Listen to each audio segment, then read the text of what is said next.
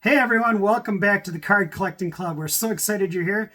Today is our second episode. We're going to be talking about how to take care of your cards. So let's get started.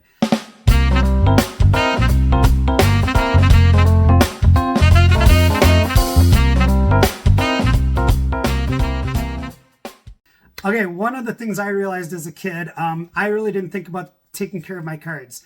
I kept them in some very unique places, some very unique ways. And I just want to go through some of the ways that I used to care for my cards. Prime example number one is the good old rubber band. Yep, rubber bands are a great way to keep all my cards together, keep them in one place, they weren't falling all over.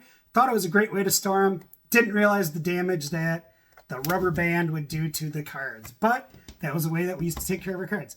Another way is, why not the good old Ziploc bag? Yep. You know, it can fit a ton of cards. You can carry it with you. You can go all over the place. So, as a kid, it really didn't matter to me about the condition. I really didn't care. I was just excited about the hobby, as we should be. But if I want my collection to last a long time, I do have to think about taking care of it. That's a top priority, I think, now that I realize all the damage I did to all my great cards that I had growing up. But now I know, and it's something that I hope I can pass the knowledge on to beginning collectors and adult collectors too. So what we're going to talk about today is how do we do that? What are some ways that we can take care of our cards so they last the longest? Now, before we talk about different ways, we have to talk about what not to do. Obviously, you saw the rubber band, you saw the plastic bag, but another key thing is your fingers. Make sure you are not eating anything sticky, anything slimy, so like pizza, anything that oils, definitely Cheetos, any type of chip. If you get that residue on your hand and you touch your cards, it is going to damage the cards. So make sure that you don't eat anything that you do that will damage the cards before that. Okay, once you start having your cards, you're going to want to be able to store them in a certain location. Now, one of the things that a lot of kids do and a lot of adults today is the commons are the cards that maybe they just want to store and they're not worried about, putting them into holders or anything. We put them into boxes, and I have some examples here. Here's the box. And if you take a look, it can store quite a few cards in there, and so this is a way. Now, obviously, I wouldn't just put them loose. I would stack them going down. So, for example, if I had my stack of cards here, I would put them towards the bottom, and then I would layer them up there. Another way you can store it is your good old 800 count box. These were boxes that were used a lot of times for sets. So if I was collecting a set of cards, 800 count box would fit like a normal top set of 792 cards. So those are great for like maybe a set. Then obviously you can step up and you can get what's called a monster box. This is a smaller monster box. This only has 3 columns, so 3 columns of 800, so about 2,400. And then if you take a look in back of me, way up there, I've got some really big monster boxes. Those have 5 columns, so you can fit quite a few cards in there. So if you have a lot of commons or a lot of cards that you just want to store for a while and not necessarily have out to look at, that would be a great idea.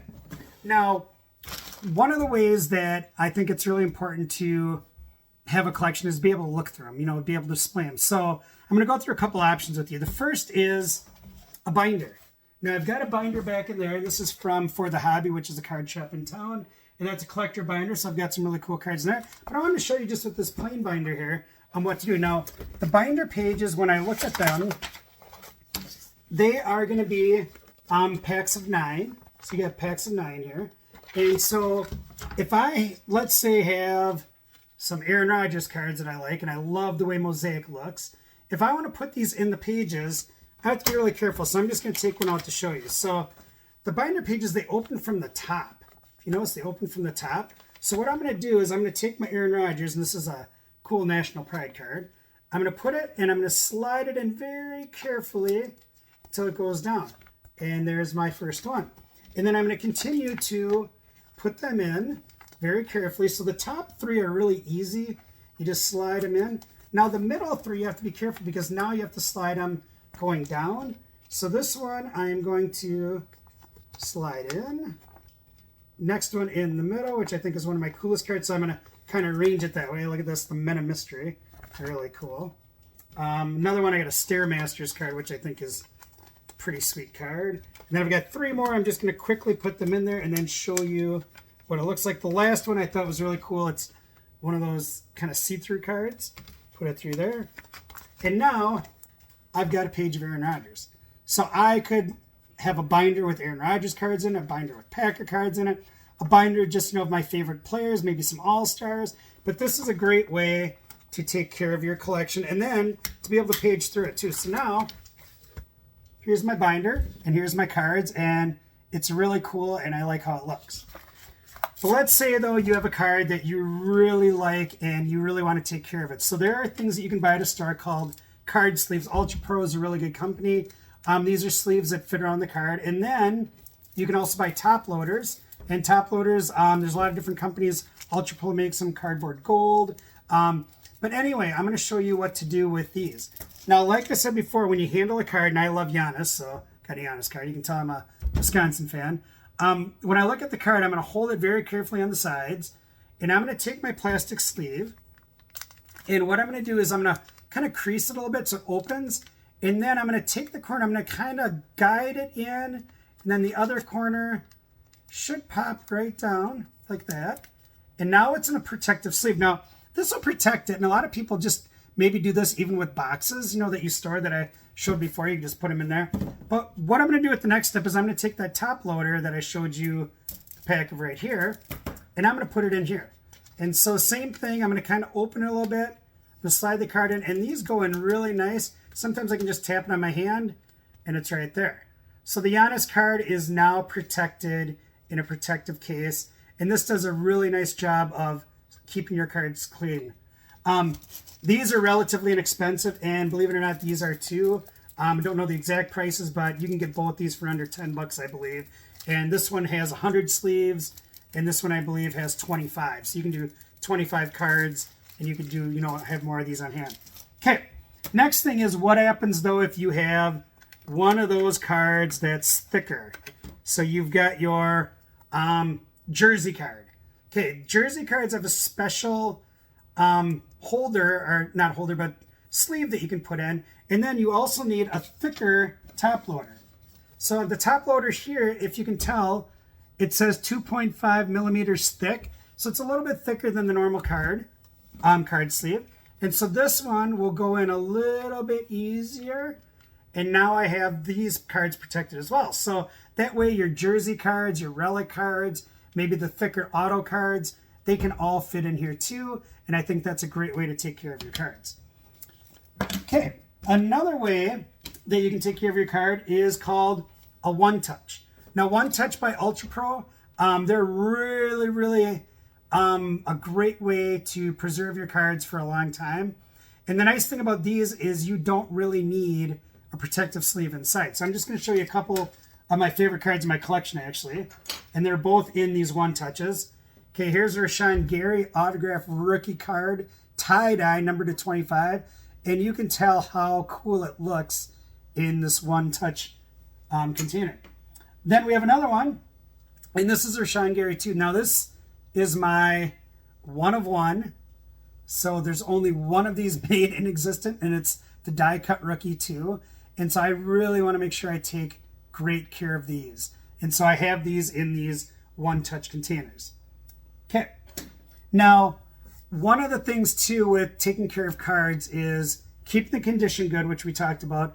But then if you really think you have a card that is in excellent condition, I shouldn't say excellent, but gem mint, we'll talk about that in a little bit, you can send them off to a grading company. Now, there's quite a few grading companies out there. I'm going to mention 3 that I know are known in the brand and respected, and if you ever decide to sell part of your collection, you'd want to use these 3. One is PSA, another is BGS, and the third is SGC. So I'm going to show you an example here of another Rashawn Gary in my collection. This is the die cut out of 10. Now, if you look at this, this got a score of a 9. Okay, PSA graded this a 9. Now, a 9 means mint. In a little bit, we'll talk about all those different levels. But PSA is the ultimate way to take care of your cards.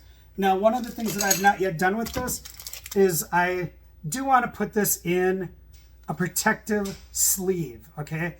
That'll protect this card even more than just the case. Now, it's obviously in case, but if I don't want the PSA covering scratched, I'm going to want to put one of these on as well. So that's something that I definitely want to do coming up. Now, when you have cards like that, you want to display them. So one of the things I like to do is I have these little displays, very cheap at stores, but then they can hold up on here. If you take a look back there, there's my other Rashan Garys, and I have them on a couple of these stands and a couple of homemade wooden ones that a friend made for me. So make sure you do that. Okay, so those are a lot of ways that you can protect cards. There's probably some more out there, but those are the ones that I would recommend you start with. You know, the boxes, the sleeves and the top loaders, the one touches, the binder, and if you want to go even higher, you know, get them graded by PSA.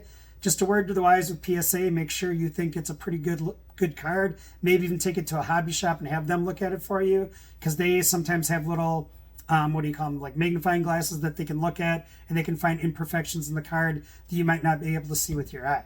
Now, one of the segments that we like to do in Card Collecting Club is Did You Know? Now, the Did You Know today is going right along with how to take care of your cards. It's conditions of card. Did you know there are different levels of cards? They go from gem mint to near mint to excellent to very poor, or to very good, I'm sorry, to good, to fair, and to poor. Now, in order to get a 10, I think I have an example here. This would be, this card has no imperfections at all. It is absolutely flawless. So a gem 10 or a 10 in PSA means it is gem mint.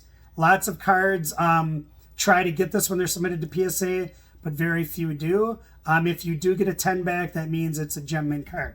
The next level when you're looking at PSA goes right along with the scale. 9. 9 on here, as you can see, says mint. So mint is so close to gem mint, but there might be a minor imperfection somewhere in the card. And then obviously the numbers go down and they correlate kind of to the scale. A poor obviously would be a card that is maybe punctured, maybe has a gum stain on the back from the older cards, maybe has a bunch of creases in the card. It just is really beat up. That would be a 1, and then all the way up to 10 would be a perfect card. Collecting is such an enjoyable hobby. I hope today you learned a lot about how to take care of your cards, how to store your cards, how to protect them. Our next episode that we'll be doing will be how to sort cards. Once you have a big collection of cards, how do you sort them? What do you do with them? So we'll talk about that next. Thank you for watching. Make sure to click like and subscribe, and enjoy the hobby.